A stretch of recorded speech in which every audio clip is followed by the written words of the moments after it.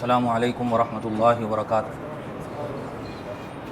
الحمدللہ وکفا وسلام علی عبادہ الذین اصطفیٰ، اما بعد فاعوذ باللہ من الشیطان الرجیم، بسم اللہ الرحمن الرحیم۔ فإن آمنوا بمثل ما آمنتم به فقد اهتدوا، صدق اللہ العظیم۔ وقال النبی صلی اللہ علیہ وسلم لو کان بعدی نبی لکان عمر، او کما قال صلی اللہ علیہ وسلم۔ محترم خواتین و حضرات، حضور اکرم صلی اللہ علیہ وسلم کی سیرت کا جب ہم مطالعہ کرتے ہیں اور آپ کی زندگی کا بغور جائزہ لیتے ہیں تو ہمیں پتہ چلتا ہے کہ حضور اکرم صلی اللہ علیہ وسلم نے دین اسلام کو ہم تک پہنچانے کے لیے اور اللہ کے پیغام قرآن کریم کو امت کے ایک فرد تک پہنچانے کے لیے کس قدر محنت اور مشقت فرمائی تھی، وہ واقعات اور وہ حدیثیں ہم سب آئے دن سنتے ہی رہتے ہیں۔ بہت مشہور حدیث ہے، کان رسول اللہ صلی اللہ علیہ وسلم متواصل الاحزان دائم الفکرہ، کہ حضور اکرم صلی اللہ علیہ وسلم مستقل غمگین والی کیفیت میں رہا کرتے تھے، ہر وقت سوچتے رہتے تھے۔ ہم سب سوچ سکتے ہیں کہ کیا حضور کو اپنے کسی کاروبار کی فکر تھی، حضور کو اپنے آل و اولاد کی فکر تھی، حضور کو اپنے بزنس کو پروموٹ کرنا تھا، یا یہ کہ حضور کی کوئی پولیٹیکل پارٹی تھی، سیاسی جماعت تھی جس کے لیے صبح شام محنتیں اور مشقتیں ہوا کرتی تھی؟ تو جواب یہ ہے کہ نہیں، حضور اکرم صلی اللہ علیہ وسلم کی فکر، محنت اور مشقت صرف اور صرف اس لیے تھی کہ اللہ تعالیٰ نے مجھے جو قرآن دیا ہے امت کے ایک فرد تک پہنچانا ہے، اور حضور اکرم صلی اللہ علیہ وسلم کی انہی مسلسل محنتوں، دعاؤں، کاوشوں، چاہتوں اور آرزوؤں کا صلہ ہے کہ اللہ تبارک و تعالیٰ نے وہی قرآن ہو بہو حرف بحرف ہم تک پہنچایا ہے جو اللہ کے رسول پر نازل ہوا تھا، اور یہ قیامت تک مسلسل منتقل ہوتا رہے گا۔ حضور اکرم صلی اللہ علیہ وسلم کی محنت و مشقت کے نتیجے میں جو صحابہ اکرام کی جماعت تیار ہوئی تھی، اس جماعت نے سچی بات یہ ہے کہ اسلام کی خاطر ایسی عظیم قربانیاں دی ہیں کہ آج کا مسلمان اس کے بارے میں سوچ بھی نہیں سکتا ہے۔ صحابہ اکرام نے جہاں دین اسلام کے لیے اپنا خون بہایا ہے، ہم پسینہ بھی نہیں بہا سکتے ہیں۔ حضور اکرم صلی اللہ علیہ وسلم کو اللہ تبارک و تعالیٰ نے گویا ایسی زبردست عظیم مقدس جماعت منتخب کر کے عطا فرمائی تھی کہ ایک ایک صحابی نہایت شاندار اور جاندار تھا، ایک ایک صحابی نے اپنی ہمت اور حوصلے، اپنی بساط سے بڑھ کر دین اسلام کی خدمت کی ہے۔ نبی کریم صلی اللہ علیہ وسلم کی جماعت میں اور حضور اکرم صلی اللہ علیہ وسلم کے ساتھیوں میں بہت سارے نمایاں نام ہیں، جن میں سے 4 خلفائے راشدین کا نام تو ہم سنتے ہی رہتے ہیں۔ ایک ایک صحابی اپنی جگہ بہت ہی مثالی ہے، اور ایک ایک صحابی کا اپنا ایک انقلابی کارنامہ ہے، اور ہمیں ضرورت ہے اس بات کی کہ جہاں ہم اس مادی دنیا میں ہر چیز کے بارے میں فکر کرتے ہیں، اگر کسی کے پاس تھوڑی دیر کے لیے بیٹھ جائیں تو وہ ایسی فلسفیانہ باتیں کرتا ہے، ہر فیلڈ کے بارے میں، ہر میدان کے بارے میں لگتا ہے کہ یہ اس فیلڈ کا ایکسپرٹ اور ماہر ہے۔ کسی کے پاس بیٹھ جائیں تو کوئی آدمی بزنس کے وہ گر بتاتا ہے اور وہ رولز اور ریگولیشن بتاتا ہے کہ سوچ میں پڑ جاتے ہیں۔ کسی دوسرے کے پاس بیٹھ جائیں تو وہ کھیل کے میدان کی، اسپورٹس کی ایسی ایسی باتیں بتاتا ہے کہ لگتا ہے کہ اس نے باقاعدہ بیٹھ کر یاد کی ہیں۔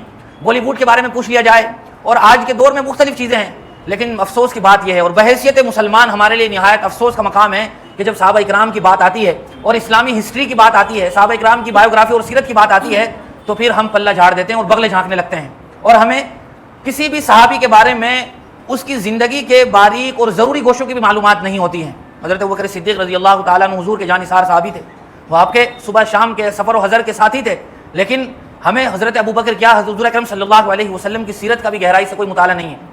آج کل ہو سکتا ہے ہماری جو اسٹڈی کی ٹیبل ہوتی ہے جہاں آپ بیٹھ کر مطالعہ کرتے ہیں، وہاں مختلف سبجیکٹس کی کتابیں ہوں گی، لیکن غور فرمائیے آپ میں سے جو ساتھی یہاں بیٹھے ہوئے ہیں، کسی کی عمر 50 سال ہے، کسی کی 55 سال ہے، کسی کی 40 ہے، کسی کی 30 ہے، کبھی ہمارے ذہن و خیال میں یہ بات آئی ہے کہ مجھے اپنی اس اسلامی ہسٹری کا بھی مطالعہ کرنا چاہیے کہ جس اسلامی ہسٹری پر ہم فخر کرتے ہیں؟ صحابہ اکرام کا دور اسلامی تاریخ کا گولڈن پیریڈ تھا، سنہرا دور تھا پوری اسلامی تاریخ کا، اور ہمیں اس کے بارے میں بنیادی جانکاری بھی نہیں ہے۔ یہ نہایت افسوس کا مقام ہے۔ بہرحال آج کی ہماری اس نشست کا جو موضوع ہے وہ حضرت عمر فاروق رضی اللہ تعالی عنہ کی زندگی کا تذکرہ کرنا ہے، آپ کی سیرت کے بارے میں جانکاری حاصل کرنا ہے۔ حضرت عمر فاروق رضی اللہ تعالی عنہ وہ مشہور صحابی ہیں کہ جو دوسرے خلیفہ راشد بھی ہیں، حضور اکرم صلی اللہ علیہ وسلم کے مرید ہونے کے ساتھ ساتھ مراد بھی ہیں، اور حضور اکرم صلی اللہ علیہ وسلم کے خسر بھی ہیں، جس کو آپ سسر کہتے ہیں۔ حضرت عمر رضی اللہ تعالیٰ عنہ وہ مشہور صحابی ہیں کہ جن کا نام اسلامی تاریخ کی فہرست کے پہلے پنے پر ہے۔ حضرت عمر فاروق رضی اللہ تعالیٰ عنہ نے اس امت کے لیے ایسے زبردست بہترین نقوش چھوڑے ہیں کہ صرف عام انسانوں کے لیے نہیں بلکہ دنیا کے مختلف ممالک پر حکومت کرنے والے حکمران اور بادشاہان بھی اگر ان کی زندگی اور سیرت سے اپنے لیے سبق حاصل کرنا چاہیں تو وہ ایک بہترین اور مثالی قابل تقلید حکومت کر سکتے ہیں۔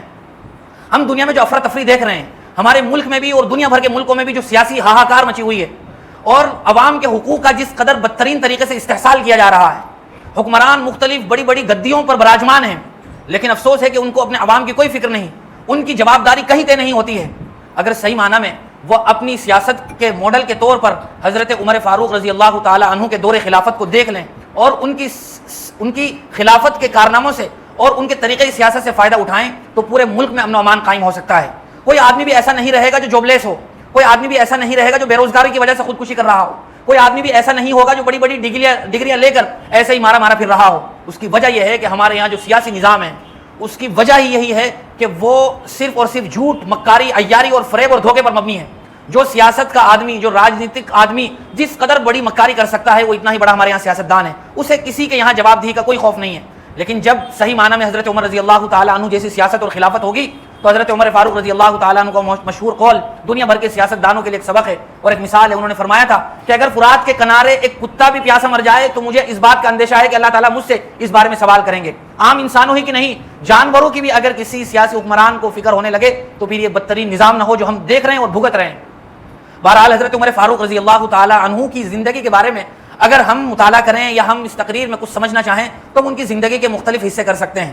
حضرت عمر فاروق رضی اللہ تعالیٰ عنہ کا ایک دور تو بالکل بچپنے کا ہے، ایک پھر لڑک پنے کا ہے، پھر تھوڑے سے بڑے ہوئے تو اسلام سے پہلے کا دور ہے، پھر اسلام کے بعد کا دور ہے، پھر حضور اکرم صلی اللہ علیہ وسلم کے ساتھ غزوات میں شرکت کا دور ہے، پھر حضور اکرم صلی اللہ علیہ وسلم کے انتقال پرملال کے بعد حضرت صدیق اکبر کے ساتھ دینے کا خاص تذکرہ ہے، اور پھر حضرت ابوبکر صدیق رضی اللہ تعالیٰ عنہ کی رحلت کے بعد اور انتقال کے بعد خود ان کی خلافت کا ایک مستقل باب ہے۔ تو ہم گویا ان کی زندگی کو مختلف کیٹیگری میں تقسیم کر سکتے ہیں۔ حضرت عمر رضی اللہ تعالیٰ عنہ کا بچپنا مکہ کی گلیوں میں گزرا۔ حضرت عمر رضی اللہ تعالیٰ عنہ بھی عام بچوں کی طرح مکہ المکرمہ میں رہ رہے تھے، لیکن حضرت عمر رضی اللہ تعالیٰ عنہ بچپنے میں ہی ان خوش نصیب لوگوں میں شامل تھے، ان خوش نصیب بچوں میں شامل تھے کہ جو بچپن سے ہی گویا ذمہ داری والی زندگی گزار رہے تھے۔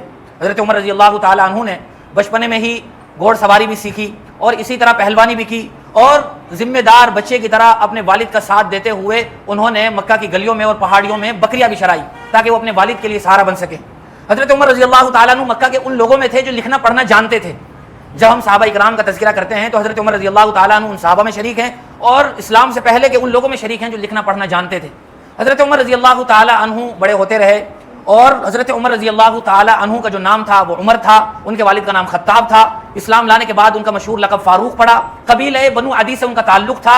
آٹھویں پشت میں جا کر حضرت عمر رضی اللہ تعالیٰ عنہ اور حضور کا نسب نامہ ایک ہی ہو جاتا ہے۔ کعب ابن لویک پر جا کر حضور اکرم صلی اللہ علیہ وسلم کا اور حضرت عمر رضی اللہ تعالیٰ عنہ کا نسب ایک ہی ہو جاتا ہے۔ حضرت عمر رضی اللہ تعالیٰ عنہ بڑے بہادر تھے اور جواں مرد تھے، ان کی ہمت اور شجاعت کی داد دی جاتی تھی۔ اسلام لانے سے پہلے ہی ان کی ہمت اور شجاعت کے چرچے تھے۔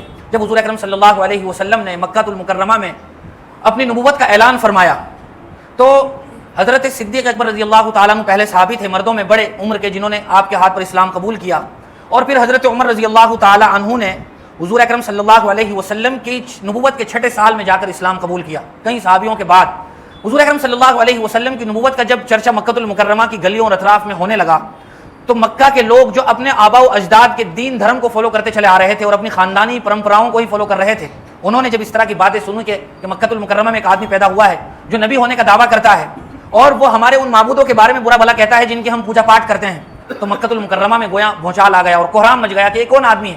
چاروں طرف سے مخالفتیں شروع ہو گئی۔ حضور اکرم صلی اللہ علیہ وسلم کے اپنے گھرانے کے لوگوں نے بڑھ چڑھ کر مخالفت میں حصہ لیا، آپ کے چچا ابو لہب ہوں یا آپ کے رشتہ داروں میں ابو جہل ہوں یا آپ کے دیگر رشتہ دار ہوں، اور مکہ المکرمہ میں اسلام مخالف ہوائیں چلنے لگی۔ حضور اکرم صلی اللہ علیہ وسلم کو اور آپ کے چند گنے چنے صحابہ کو، ساتھیوں کو ستانے کے اور پریشان کرنے کے نت نئے منصوبے بنائے جانے لگے، پلاننگیں کی جانے لگی۔ بہرحال حضور اکرم صلی اللہ علیہ وسلم کی نبوت کا 6واں سال تھا، حضرت عمر فاروق رضی اللہ تعالی عنہ مسلمان ہو گئے۔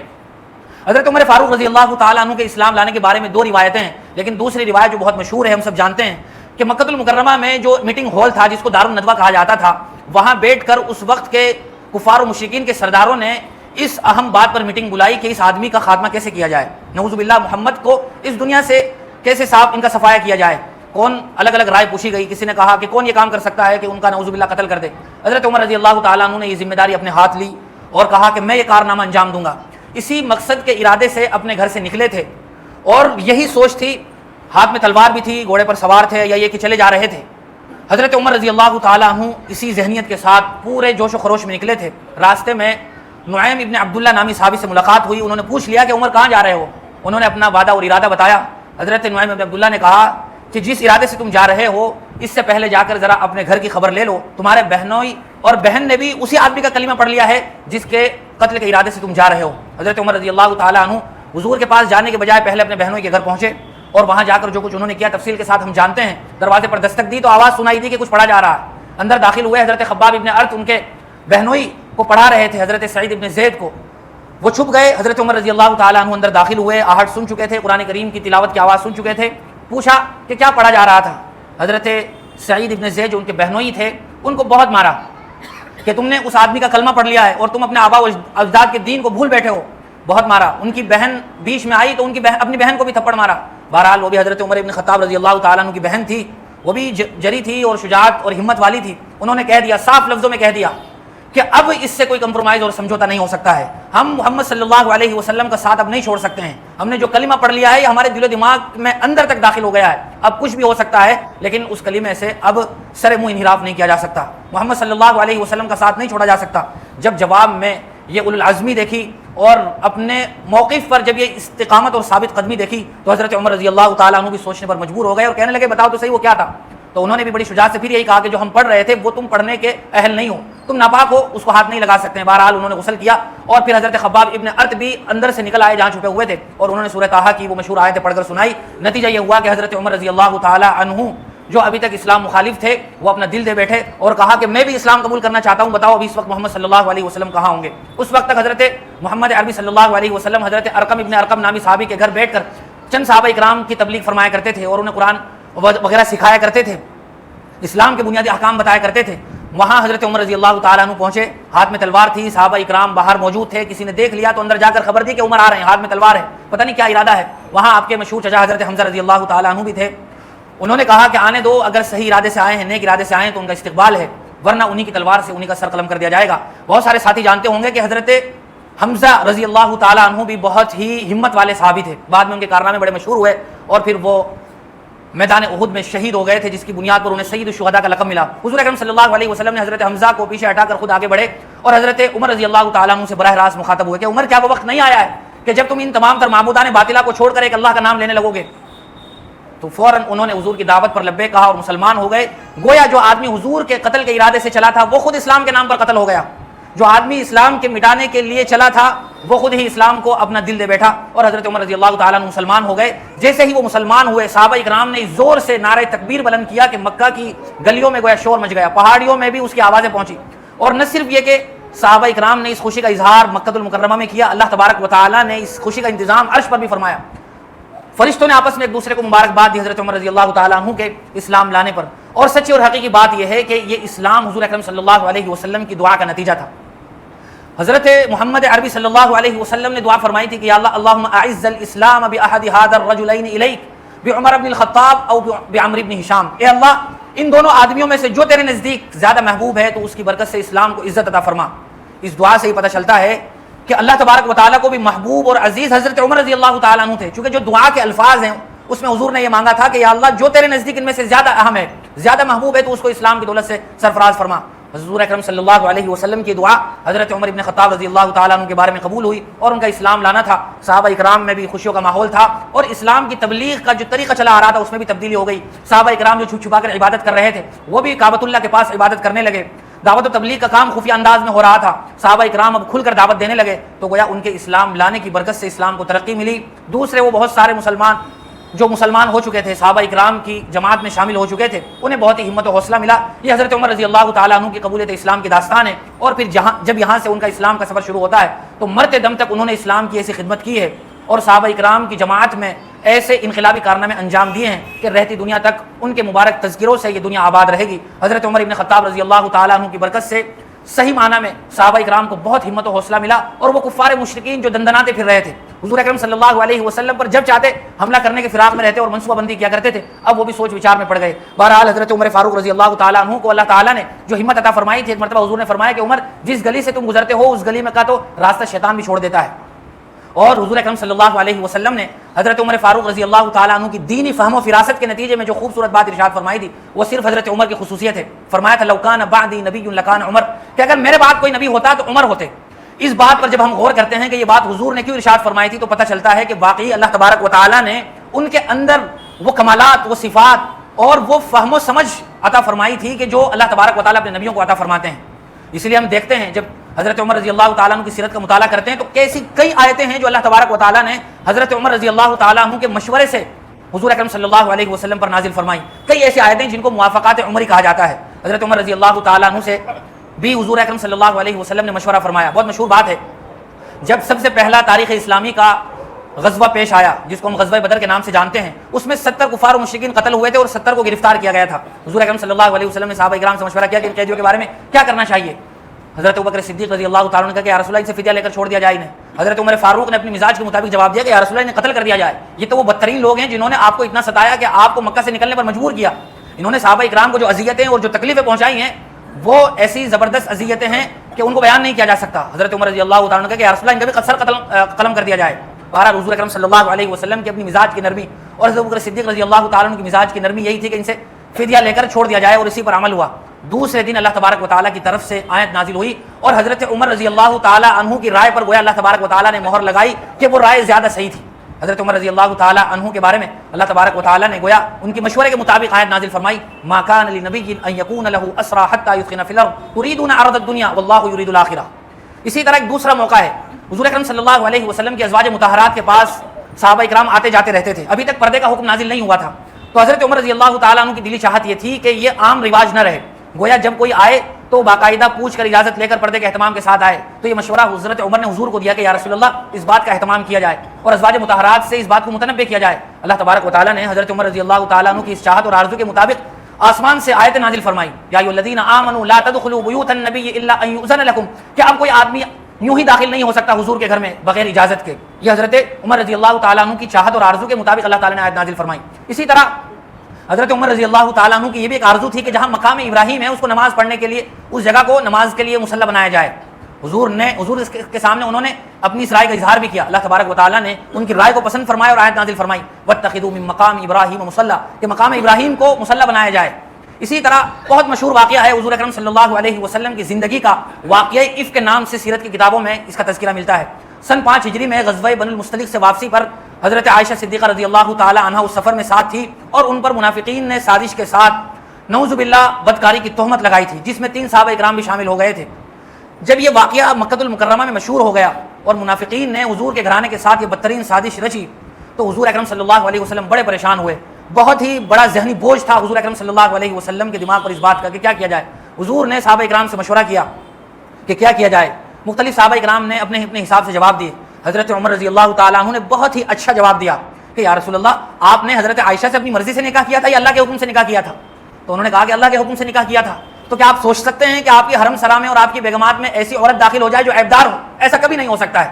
اور اللہ تعالیٰ نے آیت نازل فرمائی, سبحانک ھذا بہتان عظیم, یہ سراسر جھوٹا بہتان ہے. گویا اللہ تبارک و تعالیٰ نے حضرت عمر رضی اللہ تعالیٰ عنہ کی اس رائے پر بھی مہر لگا دی.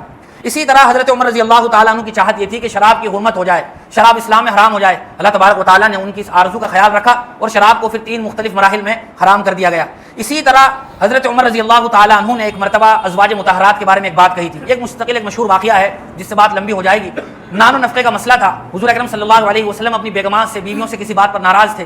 تو حضرت عمر رضی اللہ تعالیٰ عنہ کو جب اس بات کا پتہ چلا تو انہوں نے کہا ازواج مطہرات سے کہ ہو سکتا ہے کہ اللہ تبارک و تعالیٰ تمہاری جگہ تم سے اچھی بیویاں حضور کو دے دیں اور تمہیں طلاق ہو جائے. اللہ تبارک و تعالیٰ نے اسی کے مطابق آیت نازل فرمائی, عسیٰ ربہ ان طلقکن ان یبدلہ ازواجا خیرا منکن مسلمات.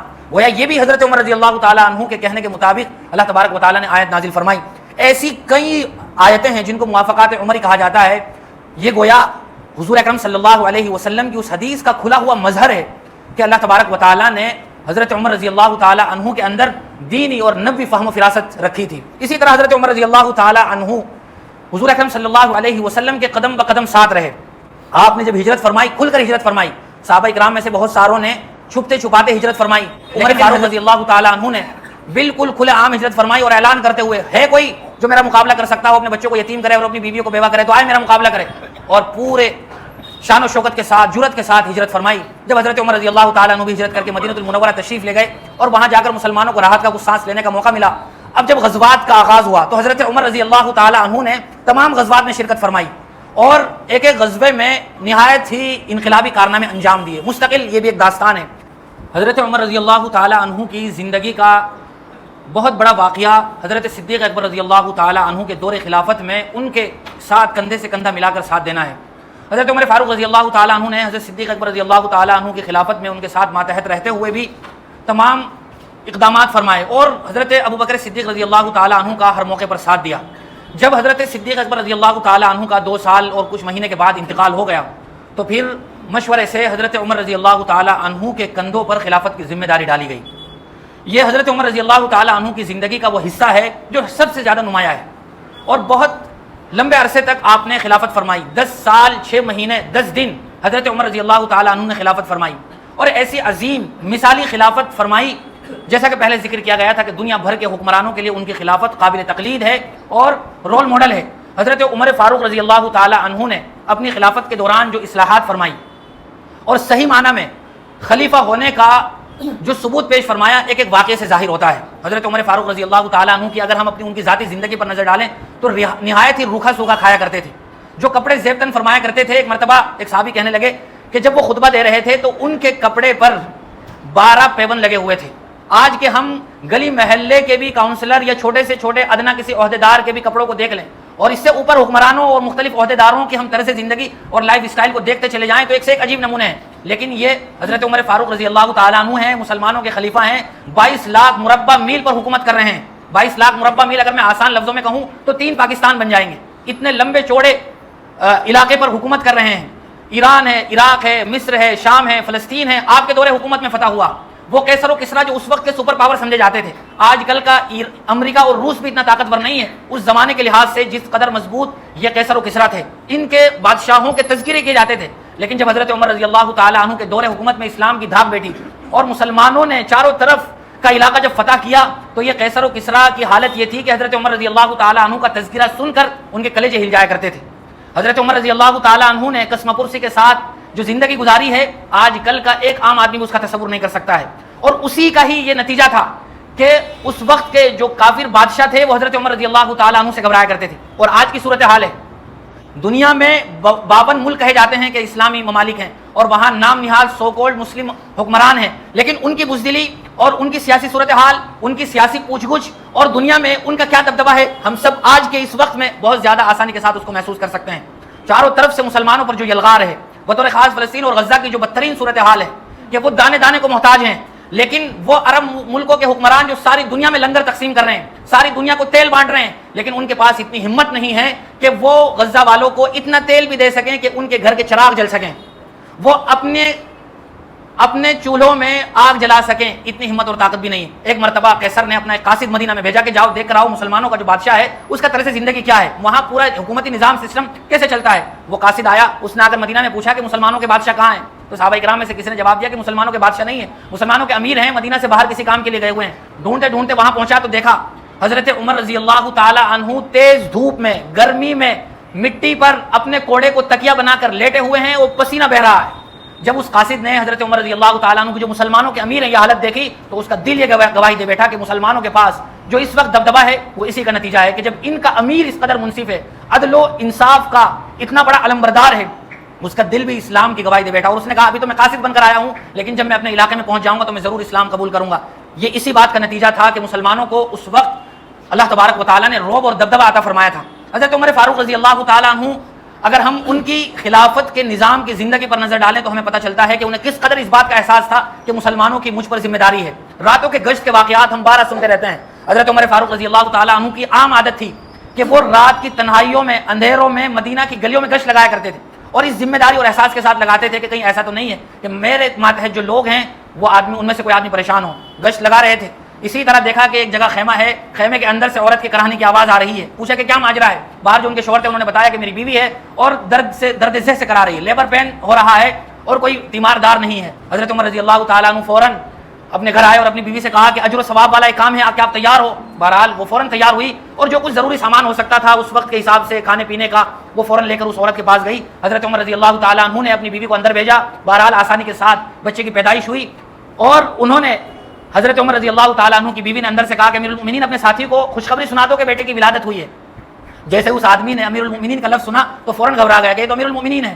بہرحال حضرت عمر رضی اللہ تعالیٰ عنہ نے اسے کہا کہ جیسے بے تکلف تم اب تک تھے ویسے ہی رہو، اور صبح میں وہاں آنا، میں تمہارے لیے انتظام کروں گا، معاشی انتظام کروں گا۔ بہت مشہور واقعہ یہ بھی ہے کہ ایک مرتبہ اسی طرح گشت لگا رہے تھے، کسی عورت کو دیکھا، بیوہ عورت تھی، اس نے اپنے بچے کو بہلانے کے لیے آگ پر، چولہے پر ایک ہانڈی رکھ رکھی تھی اور اس میں پتھر پانی میں ابل رہے تھے۔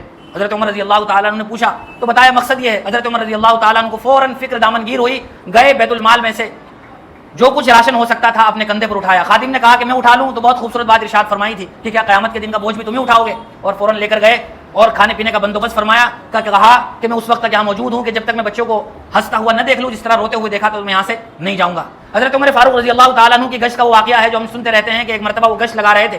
انہوں نے ایک گھر کے قریب یہ آواز سنی کہ کوئی ماں اپنی بیٹی سے کہہ رہی تھی کہ دودھ میں پانی ملا دو تاکہ بیچ دیں گے تو زیادہ پیسے مل جائیں گے.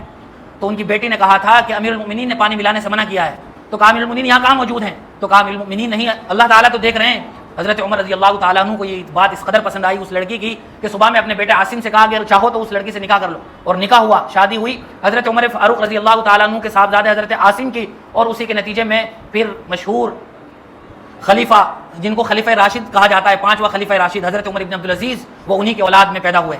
حضرت عمر فاروق رضی اللہ تعالیٰ عنہ نے اپنے دور خلافت میں مسلمانوں کو ہر لحاظ سے مضبوط کیا, سیاسی لحاظ سے, معاشی لحاظ سے, اسی طرح معاشرتی لحاظ سے. حضرت عمر فاروق رضی اللہ تعالیٰ عنہ کے دور حکومت میں مسجد اقصی فتح ہوا, بہت مشہور واقعہ ہے. حضرت عمر رضی اللہ تعالیٰ عنہ نے بھیجا تھا صحابہ اکرام کو مسجد اقصی کے فتح کے لیے. انہوں نے کافی دنوں سے قلعے کا محاصرہ کیا ہوا تھا لیکن مسجد اقصی فتح نہیں ہو رہی تھی. تو ان عیسائیوں کے دھرم گرو نے یا پادری نے ان سے کہا کہ ہم نے اپنی کتابوں میں جو بات پڑھی ہے کہ تمہارے اس قافلے میں ہمیں وہ آدمی نظر نہیں آ رہا جس کے ہاتھوں مسجد اقصی فتح ہوگا. جو صفات انہوں نے بتائی تھی وہ حضرت عمر رضی اللہ تعالیٰ عنہ کے اندر موجود تھی. امین هذه الامہ ابو عبیدہ بن الجراح جو اس قافلے کے امیر تھے, انہوں نے فوراً مدینہ میں خبر بھجوائی کہ اس طرح کی بات ہے. حضرت عمر رضی اللہ تعالیٰ عنہ صحابی کو لے کر اونٹنی پر سوار ہوئے اور مدینہ سے دور مسجد اقصی تک گئے. ایک ہی اونٹنی تھی, باری باری سفر فرمایا کرتے تھے. جب مسجد اقصی کے قریب پہنچے اور فلسطین کے قریب پہنچے تو باری ان کے غلام کی تھی, حضرت عمر رضی اللہ تعالیٰ عنہ کے غلام کی. انہوں نے کہا کہ آپ سوار ہو جائیے, اب آپ شہر میں داخل ہونے والے ہیں. جو کپڑے حضرت عمر رضی اللہ تعالیٰ عنہ نے زیبتاً فرما رکھے تھے, پرانے کپڑے تھے, پیون لگے ہوئے تھے, کہا اچھے خوبصورت کپڑے پہن لیجیے تاکہ انہیں محسوس ہو کہ مسلمانوں کے امیر آئے. تو اس وقت بھی بڑی خوبصورت بات ارشاد فرمائی تھی انہوں نے کہ ہمارے لیے یہی بات کافی ہے کہ اللہ تبارک و تعالیٰ نے اسلام کی برکت سے ہمیں عزت عطا فرمائی ہے. اس میں ہمارے لیے سبق یہ ہے کہ ہمارے بہت سارے لوگ, بہت سارے نوجوان ساتھی سنت رسول کو محض اس وجہ سے چھوڑ دیتے ہیں کہ موجودہ فیشن میں ان کے لحاظ سے وہ آڑ بن رہی ہوتی ہے. حالانکہ سنت رسول صلی اللہ علیہ وسلم ہماری کامیابی اور کامرانی کا بہترین قرینہ اور زینہ ہے, ذریعہ ہے. حضرت عمر رضی اللہ تعالیٰ عنہ نے بہرحال مسجد اقصی کو فتح کیا اور فلسطین سارا مسلمانوں کے زیر نگی آیا. حضرت عمر فاروق رضی اللہ تعالیٰ عنہ کی خلافت کے جو ہاں بہت سارے واقعات ہیں, مختصراً ذکر کر کے بات ختم کریں گے. حضرت عمر رضی اللہ تعالیٰ عنہ کے دور میں بہت سارے ایسے نظام شروع ہوئے جو آج تک چلے آ رہے ہیں. بیت المال کے نظام کو حضرت عمر رضی اللہ تعالیٰ عنہ نے مضبوط و مستحکم فرمایا. ڈاک کا نظام جاری فرمایا. ہجری کیلنڈر کا آغاز فرمایا. چاند کی جو تاریخ چلتی ہے اس کا آغاز بھی مشورے کے بعد حضرت عمر رضی اللہ تعالیٰ عنہ کے دور میں ہی شروع ہوا تھا. حضرت عمر رضی اللہ تعالیٰ عنہ نے ساری زندگی شہادت کی خواہش رکھی اور وہ دعا فرمایا کرتے تھے, اللہم ارزقنی شہادتا فی سبیلک وموتا فی بلد رسولک. اے اللہ تو مجھے شہادت عطا فرما اور اپنے نبی کے شہر میں تو مجھے شہادت عطا فرما. اللہ تبارک و تعالیٰ نے یہ دعا ان کی قبول فرمائی. حضرت خالد بن ولید کے بارے میں ہم سنتے ہیں کہ وہ ساری زندگی میدان جنگ میں باقاعدہ اس نیت سے شریک ہوتے تھے کہ کہیں میں کام آ جاؤں اسلام کے لیے. بہرحال ان کے حق میں شہادت نہیں تھی. حضرت عمر رضی اللہ تعالیٰ عنہ نے جو دعا فرمائی, مدینہ میں رہتے ہوئے انہیں شہادت بھی ملی, نماز کی حالت میں ملی. بہت مشہور واقعہ ہم سنتے رہتے ہیں کہ حضرت عمر فاروق رضی اللہ تعالیٰ عنہ نماز پڑھا رہے تھے, فجر کی نماز پڑھا رہے تھے. 26 یا 27 ذی الحجہ کی تاریخ تھی اور ابو لولو فیروز نامی مجوسی پورے ارادے کے ساتھ, سازش کے ساتھ آیا اور حضرت عمر رضی اللہ تعالیٰ عنہ کے اس کے حساب سے قتل کرنے کے ارادے سے آیا. بہرحال حضرت عمر رضی اللہ تعالیٰ عنہ بہت زیادہ زخمی ہو گئے اور آپ کو اسی حالت میں گھر پہنچایا گیا. اور یکم محرم الحرام کو حضرت عمر رضی اللہ تعالیٰ عنہ شہادت کے عظیم اور بلند مرتبے پر فائز ہو گئے. حضرت عمر رضی اللہ تعالیٰ عنہ کی شہادت مسلمانوں کے لیے بہت بڑا سانحہ تھی. صحابہ اکرام رضوان اللہ تعالیٰ علیہ مجمعین کے لیے خبر بھی سننا گوارا نہیں تھا. بہرحال یہ حقیقت تھی اور حضرت عمر رضی اللہ تعالیٰ عنہ کی شہادت کا واقعہ پیش آیا تھا. حضرت عمر رضی اللہ تعالیٰ عنہ کا جب ہم تذکرہ کرتے ہیں اور ان کی خلافت کا تذکرہ کرتے ہیں تو ساتھ ساتھ میں حضور اکرم صلی اللہ علیہ وسلم سے انہیں جو والہانہ تعلق تھا وہ بھی ان کی زندگی کا ایک بہت اہم یادگار حصہ ہے. حضرت عمر فاروق رضی اللہ تعالیٰ عنہ کو ذرہ برابر یہ گوارا نہیں تھا کہ حضور کو ذرا سی بھی تکلیف پہنچے. مختلف واقعات کا تذکرہ کیا جا سکتا ہے. منافق اور یہودی کا مشہور واقعہ ہے. حضور اکرم صلی اللہ علیہ وسلم نے یہودی کے حق میں فیصلہ فرما دیا تھا, وہ تیار نہیں تھا منافق. حضرت عمر رضی اللہ تعالیٰ عنہ کے پاس گئے. حضرت عمر رضی اللہ تعالیٰ عنہ کو پتہ چل گیا کہ حضور نے فیصلہ اس کے حق میں فرما دیا ہے, تو اپنے گھر گئے اور تلوار لائے اور اس کی گردن قلم فرما دی اور کہا کہ جس کو حضور کا فیصلہ منظور نہیں ہے اس کا فیصلہ یہی ہے جو میں نے کیا ہے. بہرحال حضرت عمر فاروق رضی اللہ تعالیٰ عنہ کی زندگی اس قابل ہے کہ ہم اسے پڑھیں اور اسلام کے اس گولڈن پیریڈ کو اور سنہرے دور کو ہم دیکھیں کہ حضرت عمر فاروق رضی اللہ تعالیٰ عنہ نے خلیفہ رہتے ہوئے کیا شاندار زندگی گزاری اور حضرت عمر فاروق رضی اللہ تعالیٰ عنہ نے عام حکمرانوں کے لیے کیا بہترین نقوش چھوڑے ہیں. یہ بہت افسوسناک المیہ ہے کہ ہم ان عظیم صحابہ اکرام رضوان اللہ تعالیٰ علیہم اجمعین کی سیرت سے اور ان کے واقعات سے، ان کی تاریخ سے بہت زیادہ ناواقف ہیں. یہ مسلمانوں کا گویا عام المیہ ہے اور افسوسناک صورتحال ہے جس پر ہمیں نظر ثانی کرنے کی ضرورت ہے. جہاں ہم بہت کچھ مطالعہ کرتے ہیں، انٹرنیٹ کی دنیا میں گم رہتے ہیں، وہاں ہمیں اپنی زندگی کا کچھ وقت، بلکہ روزانہ 24 گھنٹے میں سے کچھ منٹ بھی ایسی مختص کرنی چاہیے کہ جہاں ہماری مطالعے کے میز پر کسی صحابی کے واقعات کی کتاب ہو، کسی صحابی کی سیرت ہمارے مطالعے میں ہو. تو امید ہے کہ ہمیں اسلامی تاریخ کا مطالعہ بھی ہوگا، معلومات بھی حاصل ہوگی، اور ہم فخر کر سکیں گے صحابہ اکرام رضوان اللہ تعالیٰ علیہ مجمعین کی مبارک زندگی پر اور اسلام کی خوبصورت تاریخ پر. حضرت عمر فاروق رضی اللہ تعالیٰ عنہ کہ اگر ہم دور خلافت میں غور کریں تو ایسا لگتا ہے کہ گویا اللہ تبارک و تعالیٰ نے آگ پانی مٹی پر بھی ان کی حکومت اور خلافت جاری فرما دی تھی. بہت مشہور واقعہ ہے ان کے دور خلافت کا، دریائے نیل کا بھی ایک واقعہ ہے. ہم جانتے ہیں کہ انہوں نے اپنی طرف سے ایک صحابی کو وہاں کا گورنر منتخب فرمایا تھا. دریائے نیل سوکھ گیا، مصر کا مشہور دریا ہے. انہوں نے حضرت عمر رضی اللہ تعالیٰ عنہ کو خط لکھا کہ یہ واقعہ ہے اور یہاں کے لوگ یہ کہہ رہے ہیں کہ یہ دریا اس وقت ابلے گا جب پانی جاری ہوگا، جب ہم کسی ایک لڑکی کو اس پانی کی نظر کریں گے، بھیٹ دیں گے گویا. انہوں نے یہ واقعہ حضرت عمر رضی اللہ تعالیٰ عنہ کو لکھ کر بھیجا اور حضرت عمر رضی اللہ تعالیٰ عنہ نے 2 خط لکھے. ایک کہا کہ یہ ان کو دینا گورنر صاحب کو، اور یہ خط دریائے نیل کے بارے میں ہے. انہوں نے اس خط میں لکھا تھا دریائے نیل میں کہ دریائے نیل اگر تو اللہ کے حکم سے چل رہا ہے تو پھر تو چلتا رہے، اور اگر تو اپنی مرضی سے یا اس خوب لڑکی کے بھیٹ دینے سے چل رہا ہے تو پھر ہمیں تو تیری کوئی ضرورت نہیں ہے. حضرت عمر رضی اللہ تعالیٰ عنہ کا جیسے یہ خط دریائے نیل کو ملا تو اللہ تبارک و تعالیٰ کے حکم سے اس خط کی برکت سے دریائے نیل جو اس وقت جاری ہوا تھا آج تک بہ رہا ہے. ان 1400 سالوں میں کبھی ایسا نہیں ہوا کہ دریائے نیل سوکھ گیا ہو. یہ حضرت عمر رضی اللہ تعالیٰ عنہ کی زندگی کا بہت بڑا کارنامہ ہے. اسی طرح ایک بہت مشہور واقعہ حضرت عمر رضی اللہ تعالیٰ عنہ کے دور خلافت کا یہ ہے کہ مختلف صحابہ اکرام میدان جنگ میں شریک تھے. حضرت عمر رضی اللہ تعالیٰ عنہ مدینہ میں خطبہ دے رہے تھے. درمیان خطبہ ہی حضرت عمر رضی اللہ تعالیٰ عنہ نے فرمایا یا ساری الجبل یا ساری الجبل. صحابہ اکرام رضوان اللہ تعالیٰ علیہ مجمعین تقریر سن رہے تھے، ان کو اندازہ نہیں ہوا کہ درمیان میں یہ بات کہاں سے آ گئی. بعد میں حضرت عمر رضی اللہ تعالیٰ عنہ کے اس جملے کی وجہ بھی سمجھی، اور خاص بات اس جملے میں یہ ہے کہ جب وہ صحابہ اکرام جنگ میں شریک تھے تو ایک طرف سے دشمنوں کے آنے کا اندیشہ تھا. حضرت عمر رضی اللہ تعالیٰ عنہ کو اللہ تعالیٰ نے مدینہ میں رہتے ہوئے الہام فرمایا اور گویا انہوں نے اپنی آواز مدینہ سے لگائی جو ان صحابہ اکرام تک پہنچی اور وہ اس جگہ سے ہٹ گئے جس کی وجہ سے صحابہ اکرام کو کوئی نقصان نہیں ہوا ہے. جب بعد میں وہ لشکر واپس مدینہ آ گیا تو جو صحابہ اکرام حضور حضرت عمر کی تقریر میں اس وقت موجود تھے انہوں نے اس واقعے کا تذکرہ کیا اور پھر انہوں نے گواہی دی اس بات کی کہ وہی موقع تھا، وہی گھڑی تھی اور یہی کنڈیشن تھی. اللہ تبارک و تعالیٰ نے حضرت عمر رضی اللہ تعالیٰ عنہ کو گویا ہوا پر بھی حکمرانی عطا فرمائی تھی. آج کل کی طرح کوئی میسیجنگ کا یا چیٹنگ کا موبائل انٹرنیٹ کا سسٹم تو تھا نہیں کہ دنیا کے کسی کونے سے کوئی اناؤنسمنٹ ہوئی، کوئی میسج جاری ہوا اور دوسرے کونے میں پہنچ گیا. گویا اللہ تبارک و تعالیٰ نے حضرت عمر رضی اللہ تعالیٰ عنہ کے اس میسج کو ہواؤں کی اور برقی لہروں کے ذریعے سے اس قافلے تک پہنچایا اور صحابہ اکرام رضوان اللہ تعالیٰ علیہ مجمعین ایک بڑے نقصان سے محفوظ رہے. اسی طرح آگ کے لاوے کا بڑا مشہور واقعہ ہے. مختلف واقعات ہیں حضرت عمر رضی اللہ تعالیٰ عنہ کی زندگی کے، بس اخیر میں یہی ہے دنیا عدالت میں تیرا نام رہے گا، فاروق تیرے نام سے اسلام رہے گا. جب بھی حضرت عدل و انصاف کا تذکرہ ہوگا حضرت عمر فاروق رضی اللہ تعالیٰ عنہ کا تذکرہ ہوگا. اسی لیے ایک صحابی فرمایا کرتے تھے کہ عمر رضی اللہ تعالیٰ عنہ کا تذکرہ کیا کرو. جب حضرت عمر کا تذکرہ ہوگا تو عدل و انصاف کا تذکرہ ہوگا، اور جب عدل و انصاف کا تذکرہ ہوگا تو اللہ کا تذکرہ ہوگا. گویا عدل و انصاف حضرت عمر کے نام کا حصہ بن گیا ہے. جیسے ہی حضرت عمر کا نام آتا ہے تو فوراً عدل و انصاف کی طرف ہمارا مائنڈ ڈائیورٹ ہو جاتا ہے اور ذہن متوجہ ہو جاتا ہے. یہ ان کی زندگی کا کارناموں میں ایک بہت بڑا کارنامہ ہے. اللہ تبارک و تعالی ہم سب کو صحابہ اکرام کے نقش قدم پر چلنے کی توفیق نصیب فرمائے، اور دنیا کے وہ لوگ جو آج کل سازشوں میں مصروف ہیں اور مختلف ہیلوں اور بہانوں سے صحابہ اکرام پر نکتہ چینی کرتے ہیں، حضرت عمر فاروق رضی اللہ تعالیٰ عنہ پر کیچڑ اچھالتے ہیں اور ان کی خلافت کو تسلیم نہیں کرتے ہیں، وہ گویا اس اوپر سورج کو تھوک رہے ہیں جو ان کے اوپر ہی پڑنے والا ہے. حضرت عمر فاروق رضی اللہ تعالیٰ عنہ کی زندگی کو کوئی داغدار نہیں کر سکتا ہے. وہ اپنی ان سازشوں میں ہمیشہ ناکام ہی رہیں گے اور ایسے لوگوں کا منہ ہمیشہ کالا ہی رہے گا. اللہ تعالیٰ ہم سب کی حفاظت فرمائے. وآخر دعوانا الحمدللہ.